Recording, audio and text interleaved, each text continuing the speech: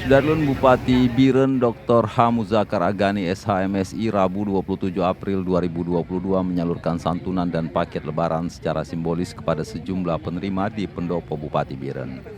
Bantuan berupa zakat dan infak kepada 1.892 orang penerima yang berasal dari berbagai kelompok dengan jumlah 1,6 miliar rupiah lebih.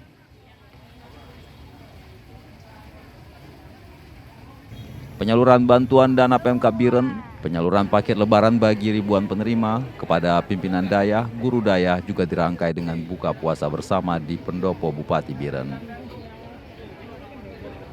Allah masih berikan kita kesehatan dan dapat berkumpul di sini. Sesaat lagi kita akan melakukan buka puasa bersama. Salawat dan salam, paket lebaran dan bantuan ya.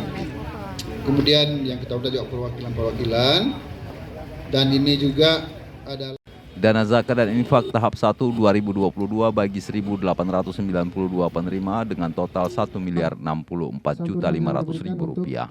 Selain bantuan ini, Dinas Pendidikan Daya Biren juga menyalurkan insentif pimpinan daya sebanyak 115 orang dengan besaran Rp3 juta per orang.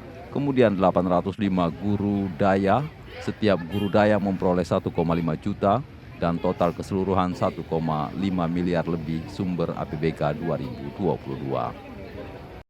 Selain penyaluran bantuan ini, Bupati Biren dan Ketua TPPKK Hajah Nurjanah Ali, Forkopimda dan Sekda Ibrahim Ahmad, serta Ketua DWP Samsidar selain menyalurkan bantuan zakat dan infak serta intensif bagi pimpinan daya secara simbolis, juga menyalurkan bantuan paket lebaran untuk ratusan penerima termasuk tenaga kebersihan.